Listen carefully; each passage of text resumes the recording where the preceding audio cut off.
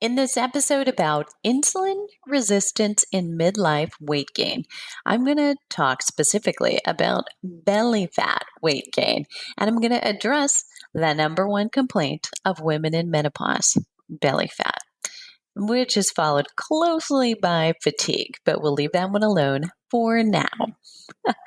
This is part of a series dedicated to our Flipping 50 members that will appear in the expert interviews that are exclusive audios that go in our members area for learning. So while you're getting exposure to this one and you've gotten one other about cortisol, the whole collection is inside the membership.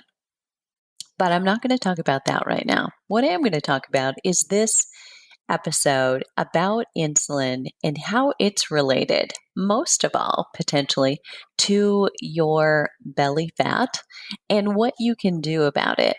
And if this topic, how your hormones specifically impact the goals you have, the frustrations you have, you may be interested in the 10-day Hot Not Bothered challenge. It's open right now. If you're listening when I release this, it starts June 1st. But if you get in now, the sooner you get in, you have access to the get ready videos that will have you feeling more flexible, more mobile, ideally moving more comfortably. So you'll get even more out of the challenge when it starts. So these small, short, daily, and sweat-free videos are there in the member page waiting for you right now. I'll put the link in the show notes and talk about how you can get started a little bit later and how you can even get that registration fee back if you're successful. The things I'm going to cover today: insulin's role in metabolism and at menopause specifically, insulin's integrated relationship with other hormones, how insulin relates to menopause belly fat, lifestyle factors that change insulin's effects, and the effects of exercise. You knew I was going to get to that in menopause and on your insulin sensitivity.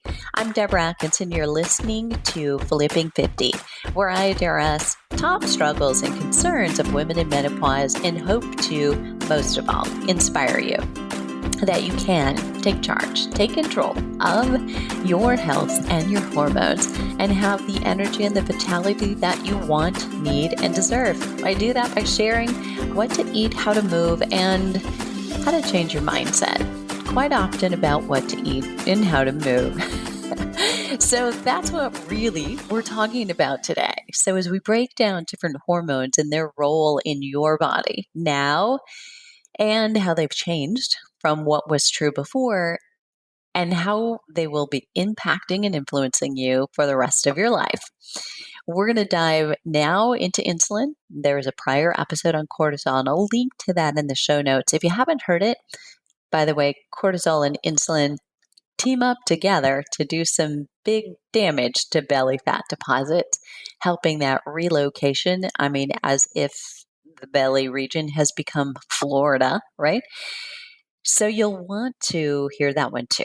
So let's first dive in with this. What does insulin do?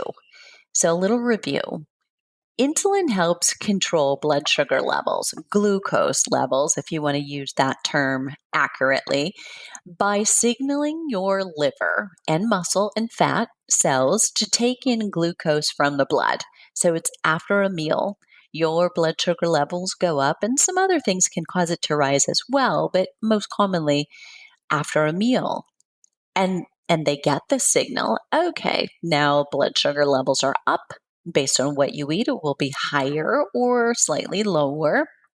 And those muscle and fat cells in liver remove the sugar or glucose from the blood to use it for energy. And if the body has sufficient energy already, insulin signals the liver to take up glucose and store it as glycogen. When the body doesn't convert enough glucose, blood sugar levels remain high, and that's risky. Women have a different response to midlife weight gain than men do.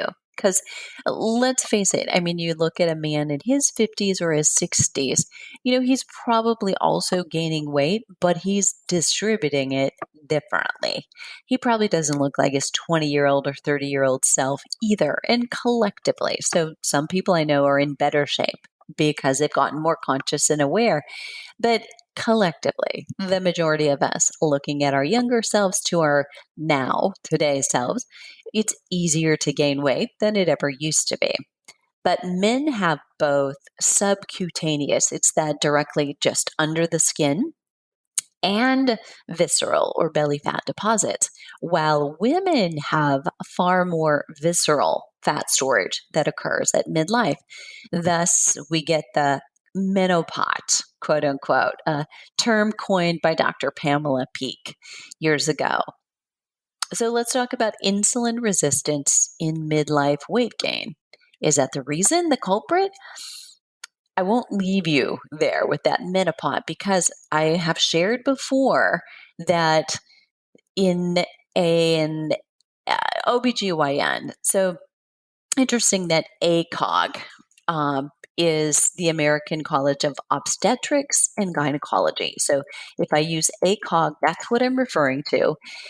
In an ACOG study published in 2019 of over 1 million women showed no correlation between weight gain and menopause. And I know, I'm waiting for the pin to drop there. I know if you're one woman who has experienced belly fat, then this is no consolation. It's great for those 1 million women, right? But what about me? And that's why we're here, to understand the role of various hormones in weight gain and belly fat. So previously, I published a podcast and recording for our Flipping 50 membership, remember, on cortisol, and that would be really good for you to go listen to as well. At midlife, a cascade of hormone shifts, and that's SHIFTs, just in case you were wondering, mean it takes more and more insulin to get glucose into your cells. Meaning you eat a meal, your blood sugar rises. That's a normal incident or occurrence. And that's a signal to your body to release insulin from the liver to remove and kind of mitigate that blood sugar level. But at midlife, something happens and it takes more and more insulin to do that. So that is, we're less insulin sensitive, we're more insulin resistant. What causes that? That's what we're digging into.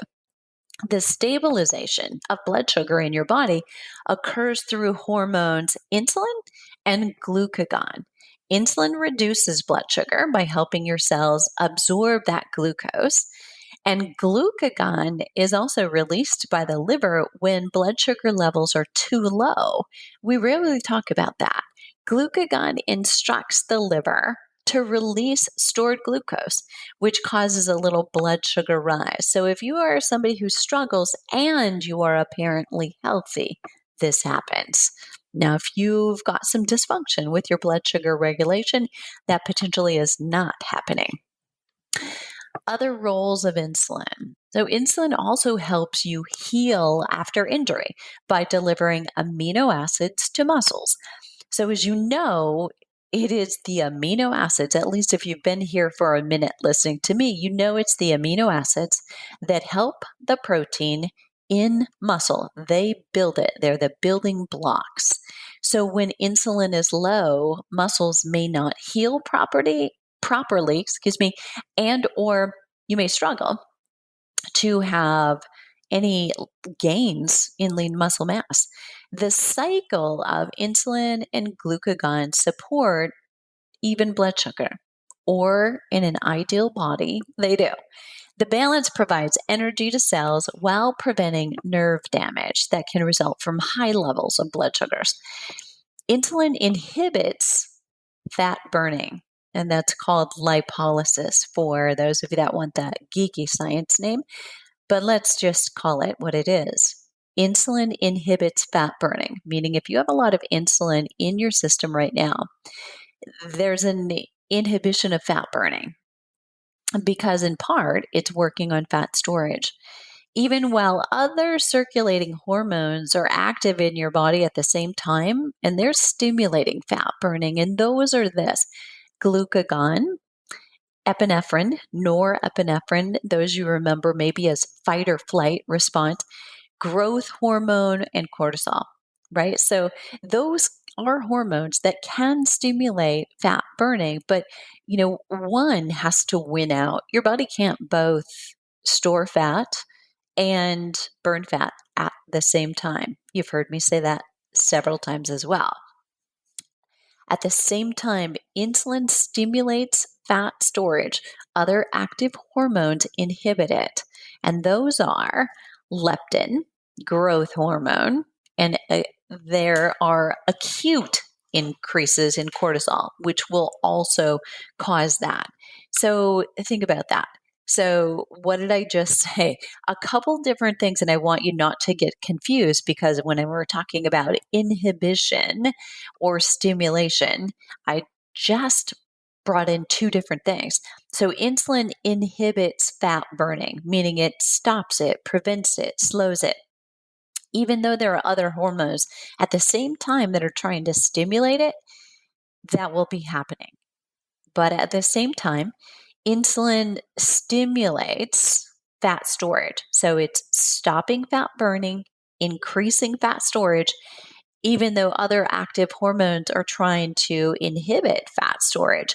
And those are leptin, again, growth hormone, and when you have acute increases of cortisol. And so we're talking about those times when you're just like highly stressed. Like there's moments when you need a surge of energy. I mean, they're trying to inhibit fat storage because they need it. They need to use the energy and they want it, right? So it's not simple, right? Even the fact that I had to repeat that just to get clarification for you. Insulin has an impact on blood sugar and fat storage and fat burning, but it's tempered by many other factors. Insulin itself doesn't cause weight gain. I'm going to let that sit for a second. You need to eat more calories than you spend, right? That will cause weight gain. Now, I'm not a calorie in, calorie out girl because it really is what do those calories, what impact do they have on your hormones that will depend on or determine whether you store fat or burn fat. If you have lower insulin spikes after meals, then they won't last as long and your body is going to be able to burn fat again in just a few hours. And that's why enjoying meals without snacks aids fat burning. So between your breakfast and your lunch, if you have 3 to 4 or more hours, it is at that about 3 to 4 hour mark that your body starts to dip into fat stores. If you're snacking all day, if you're snacking mid morning and mid afternoon, yeah, I know you've been told that that keeps your blood sugar level stable. And only if probably you have adrenal fatigue, is that a really good idea? Unless you're struggling with your blood sugar stabilization and you do have diabetes. But a better way for you too would be to change the way you're eating those meals, potentially so you don't get in that situation. So, a little higher fat content, a little bit lower processed carbs, not totally no carbs. We need carbs and moderate to high protein levels as well, and fiber. And we'll talk more about that in a moment. But all of those things can help. So, you have to remember that blood sugar levels can spike if you eat too little. Yeah, did you know? So even if you're not eating enough or you're trying to fast and do nothing, blood sugar levels can still spike. If you consume artificial sugars, sometimes those are actually 400 times sweeter than sugar, but it stimulates something in your brain and your body that still spikes your blood sugar. Who knew, right? It is really only stevia and monk fruit that don't do that. And during menopause, other hormone changes will cause a change in the amount of insulin required to get that glucose into your cells for energy and get it out of your bloodstream. Or put it in liver and muscle storage as glycogen so that when you do need it, they'll be able to grab it. Menopause symptoms often improve or don't because of insulin. Because insulin has a cascading effect on other hormones, we have to start by looking at it. So if you'll notice back to the beginning of the podcast, I mentioned this is the second of a series. I did one on cortisol. This is on insulin. Notice I didn't start with estrogen. I didn't start with testosterone or growth hormone or progesterone. It is cortisol and it is insulin that we first want to be looking at. Reversible factors for insulin resistance. They're your lifestyle habits. So, number one, a diet that is high in refined carbohydrates. So, if it's got a barcode, you want to put it down. If it's in a bag or a box or a plastic wrapper, you want to start eating more whole foods. So, rather than boxes of crackers and boxes of cereal and boxes of pasta or breads that come in wrappers, eating things like winter squashes and sweet potatoes and quinoa, maybe brown rice, gluten-free oats, those kinds of more whole foods, far better than those refined carbohydrates. Sedentary lifestyle is another risk factor for insulin resistance. Now, I hope I'm preaching to the choir here, but I realize that you may have gotten here and you may be fairly inactive. And let's face it, we just came through 2020 with, a lot of reasons that potentially had you not exercising, whether it was anxiety about the moment you were in, major changes in your life because of those moments. But there may be reasons why just even your commuter life day to day changed, decrease your activity level. So you've got to take a good look at that. Small changes make a big difference. And then third, in terms of reversible risk factors for insulin resistance are anxiety and suppressed emotions. Surprise, huh? So I'm going to talk a little bit more about that. Some things that are related to insulin resistance and belly fat that you may not have thought I was going to talk about. Of course, we're going to get to exercise, but we're going to talk a little bit about emotion as well. So for sedentary women, if you're here and you know that if we were looking right at the middle and we would say, okay, over here, you're an active woman, over here, you're an inactive, more sedentary woman, where are you? If you're sedentary, intermittent fasting, beyond the basics that are good for everybody, those basics are eat 3 regular meals, avoid snacks between, close the kitchen after dinner so you have at minimum a 12-hour fast. But if you're sedentary, intermittent fasting that goes a little bit longer than that, that extends that 12-hour fast to 13 or 14 or 15 hours, gradually we step that up, may help you. And I want to clarify here what is intermittent fasting, and that is nothing with calories goes in your mouth. Water, clear teas, black coffee, but if you overdo that black coffee and caffeine, even while you're fasting, you could spike your blood sugar and definitely will spike your cortisol levels. And that is not a woman in midlife's friend at all. So very clear that you're not fasting anymore if you have cream in your coffee when you get up. Interesting, but a lot of women have not put that together, thinking if they're just doing liquids and just doing coffee and just a little, but it matters. You've broken that fast. So active exercising women, this is for you. If you're a midlife woman exercising, you will do better fed than you will fasted. You need a little something to bring up your blood sugar level in the morning and to decrease cortisol. Even a little cream in your coffee will, now not with sugar, okay, cream in your coffee, whether it's coconut cream. Ideally, in my crowd, most of our women don't do well with dairy anymore. So heavy cream and or higher fat, almond milk, higher fat coconut milk is ideal, or cream type of coconut from the can. So don't buy a creamer where they've added sugar to it. So you're kind of shooting yourself in the foot. Half a banana with a smear of peanut butter, nut butter, or a simple protein shake. What I call simple shake is protein powder with either water or almond milk. So it's got some calories in it and something to go in, but easy to digest. For those of you that feel like, I can't stomach that, you will probably do better. And then follow your exercise with a full high protein, lower carb meal because it's still morning. We don't want a lot of carbs. The more active you are, the more carbohydrate your body will tolerate and actually probably benefit from. So know this, if you're really highly active and you keep repeating this mantra, I am exercising a ton, barely eating, and I'm not making any progress. Those are the reasons. That combination is deadly to a woman in midlife. And I know from your 20s, you've been told that is the combination you need. It is not. It will backfire. And I'll get into that just in a little bit. But research does show that intermittent fasting is more likely to cause impaired glucose tolerance in women, but not in men. So, if you're an active midlife woman, it's important to rethink your level of intermittent fasting. 3 meals, no snacks, overnight fast, maybe even extending that, but not exercising in a fasted state in the morning. Get something in your system.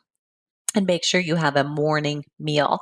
If you're trying but not losing weight and belly fat specifically, you're not experiencing more energy while you're doing what you're doing right now, you may want to reconsider your schedule. So, what else can you do to support insulin levels? And these are the non food and exercise things. Check your cortisol levels.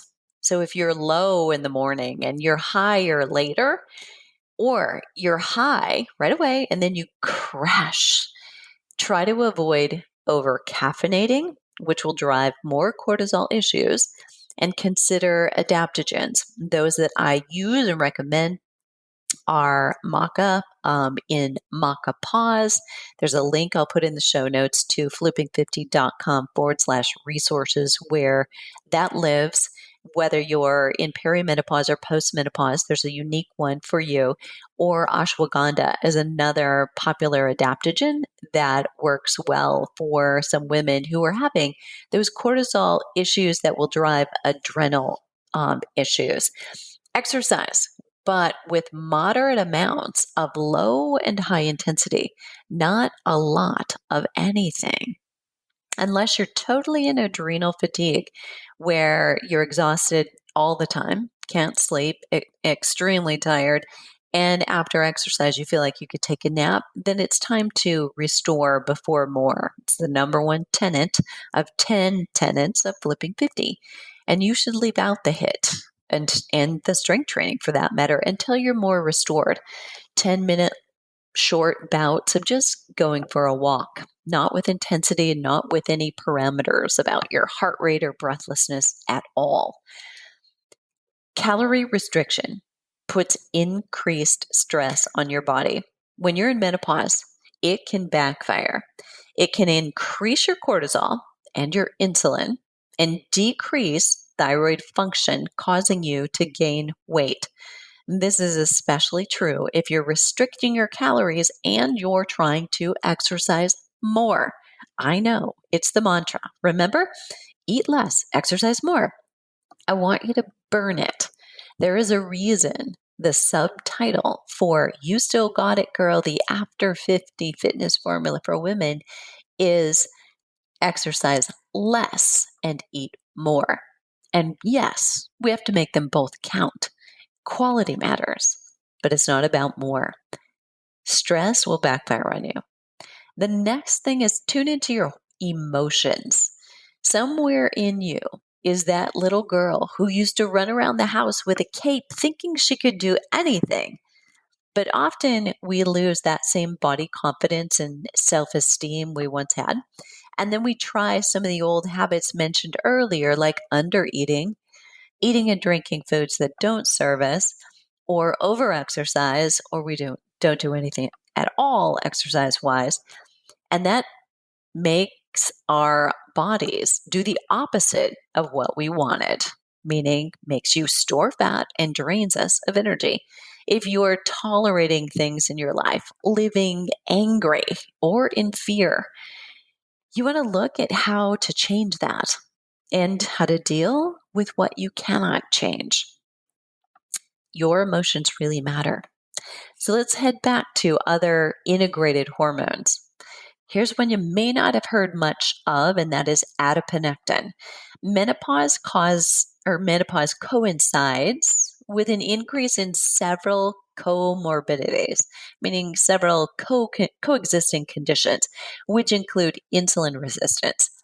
The accumulation of the central abdominal fat in women at this time is associated with a decline in the production of a protein called adiponectin. So, hear that right. Adiponectin is actually a protein and it's produced by fat. It's important for the metabolism of glucose and fatty acids. So, let me restate what I just said. A protein produced by your fat actually helps you burn fat. Interesting, right? In short, it makes the cells in your body, particularly the muscle and the liver cells, more sensitive to the actions of insulin. Low serum adiponectin levels are associated with insulin resistance and metabolic syndrome, such that the decline in adiponectin with the intra abdominal weight gain, and we're talking like the visceral kind of fat in your belly, the kind that is heart health risky, that is gained at menopause, believed to play an important role in the development of insulin resistance after menopause.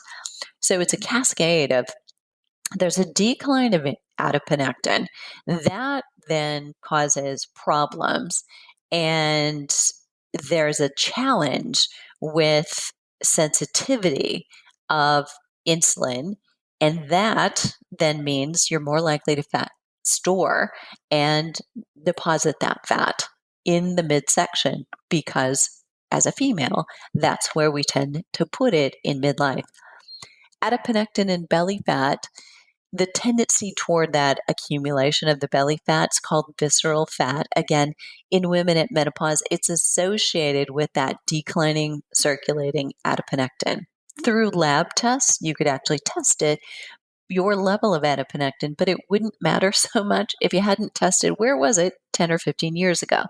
So there is a benefit for healthy, thriving women to get their hormones tested. It kind of before that perimenopause journey starts to look at what was normal for you then when you were feeling good as opposed to now. Because the risk is you do a lab test, you're comparing your levels to norms. And unless you're talking with someone like me, a health coach, or you're talking with a functional doctor going over your results, you're not getting what are the optimal levels? Where should that be? Because that, my friends, is where you want to be. You don't want to be average, just like a lot of people who don't feel very well that establish those quote unquote norms.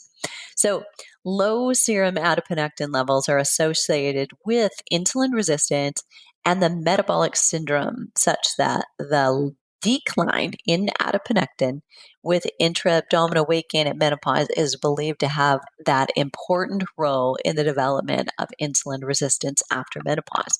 So if you're asking, after I summarize that again, how do I raise my adiponectin? Coming right up. We're going to talk about what can you do. So many women do, but as many women don't experience belly fat changes. So many women are able to mitigate it. And that's what you want to be able to do. What can you do? So I'm going to offer some ways to do that. And the list I'm going to give you here is nothing crazy. These are habits that if you've heard me suggest them to you before, they're things very likely you already do or you already realize it's time to get back to them. Maybe I've let them slide. Most all of them are good for health for many reasons. And adiponectin levels are just one of those.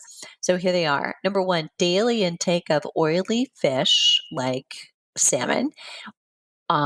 Tuna or halibut would also qualify, and I'm not talking canned, okay? Or omega 3s, taking a supplement. I take Nordic Naturals. You'll find that in my Amazon store. And again, flipping50.com/resources. Monosaturated fats like avocados and nuts and olives and olive oil, also great. Many of you I know are already doing that. Taking fiber as if you didn't need it anyway for removal of toxins, for excess estrogen removal, for satiety, regularity, those of you who are constipated, and blood sugar level stabilization. But I don't advise anybody to start adding fiber. I advise that you start counting how much fiber are you getting on average every day. Start there, gradually increase. Avoid or reduce caffeine. Yeah, to increase your adiponectin. So choose, if you have to do coffee, choose organic coffee because it's one of the highest pesticide added types of foods, or change to mashta. During this month, I'm recording this, and this is the 15th. So I made it halfway through the month. There's a little applause for me in the background, mine. But this is my 15th day with no coffee. And I'm trying on purpose to switch 100% over to mashta, and just to do it in support of my own cortisol levels and clearly not hurting my adiponectin levels either. So I'll put the one I like again on the resources page, but you're going to benefit from a lot of antioxidants and support with your immune system, plus support with clarity and focus without the jitters that some of you may get or experience from the caffeine in coffee. It's different due to something called L-theanine. Next up, to increase your adiponectin, get cold. You can do cryotherapy, so you can go and you can pay for it, or sleep in a really chilled room, or at the end of your shower, turn it to really cold before you hop out and just shivering. So there you go. Those of you that are in a northern climate despising winters, embrace that cold stuff. And then last but not least, exercise. So yoga, weight training, and cardio have all been proven in studies to improve levels of adiponectin. So, all things you should be doing anyway. Really, they're good for so many things, but there you have it. Omega 3s, monosaturated fats, fiber, avoid too much or reduce anyway your caffeine, get cold, and exercise. So, how does exercise influence insulin sensitivity? You knew we were coming to that. All right. And I want to leave you with these thoughts because it's so important to me as a way for you to take charge. And we can feel far less hopeless when we're doing something. Exercise, especially high intensity exercise. And I'm going to define that in a minute. So I don't want everybody to jump right into high intensity exercise must mean interval training, because it does not always. For postmenopausal women, it restored insulin sensitivity and skeletal muscle insulin stimulated glucose intake, meaning when we exercise, we stimulate the muscles so that they actually help pull the glucose out of your bloodstream into the muscle for storage and for energy, and as well as muscle mass to the same extent. So it restored exercise, the right kind of high intensity exercise, restored for postmenopausal women and put them back to the same place they were pre-menopause. Now, I want to clarify that. I'm not making a mistake here. So we talk a lot about perimenopause, and that is the time, the years leading up to menopause. And then there is pre-menopause, and that's before all the starts. So pre-menopause, before you were even pre-menopause, when you were thriving and healthy, probably had energy, didn't really have to think as much about weight gain or belly fat, just went about your business. Just 3 months of high intensity exercise training restored postmenopausal women back to their pre-menopause levels. So this particular study included strength training, which is well documented for support of blood sugar levels as well as anxiety, which can kick off a cascade of, again, emotions and cortisol we've talked about earlier.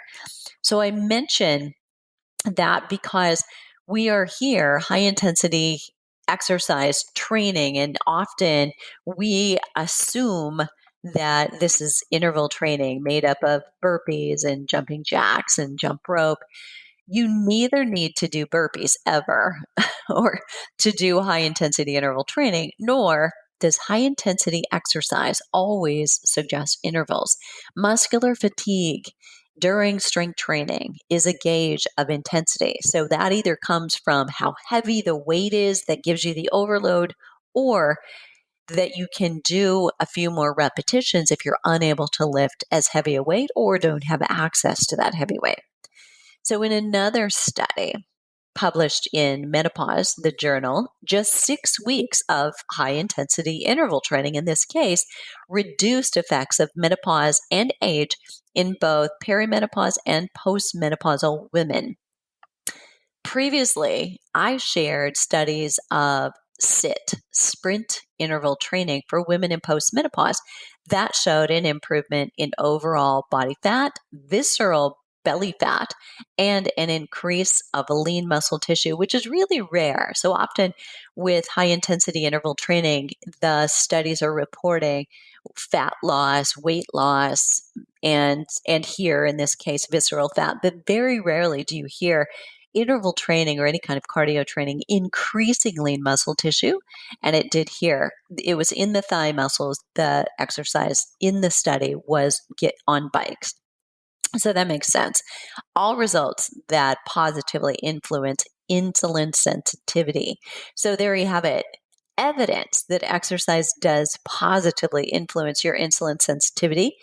That reduces the comorbidities associated with visceral fat gain. If you're unfamiliar with those, I will repeat them. This is heart health risk. Your heart attack risk goes up with an increase of belly fat. When your waist to hip ratio is no longer optimal, your risk increases significantly. So that alone, let alone body composition or your total body fat amount, puts you at risk. That also increases your risk for stroke and cancers and a number of other things. Other diet and lifestyle factors that support optimal health also improve your insulin sensitivity.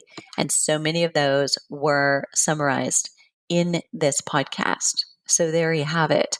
It is time to make sure you're getting your fiber. You're monitoring how much caffeine are you actually having. If you're storing that belly fat and you're listening to this and you're not walking, but you're sitting there listening to it while you're drinking coffee, it's time to get up. Let's go for a walk. So I will put in the show notes all the resources that I used collectively for the content in terms of research resources for those of you that really love to dig into it yourself just a little bit more. And I know you're here, health and fitness professionals, that will help you as well reach your target. And for those of you that need a start, you need a restart. The 10-day Hot Not Bother Challenge is ideal for somebody who's not already in a program that's working. You don't want to layer this because literally during this 10 days, I want you to stop whatever else you were doing. It is never and not, and I hope you got that message today, about doing more. It's about doing the right type of exercise and having the right fuel as you do it. So if you enjoy hearing what is the influence of hormones on your exercise and the influence of hormones on the influence of your exercise on your hormones, the 10-day Hot Now Bother Challenge will be right up your alley. So every day I'm going to give you a brief audio, maybe 5 minutes long, sometimes less, telling you exactly why the workout that you'll be doing today is positively influencing your hormones. So that when you can connect the dots, I truly believe most of us, women in midlife, are far more compliant, even when we don't necessarily see that change immediately. We can feel it, we can know we're benefiting from it, and we'll stick with it a lot longer. All right. Thanks so much for joining me today. I know this was a little bit longer. I hope you got a great walk-in or a lift while you were doing it. The show notes will be at flipping50.com/insulin resistance.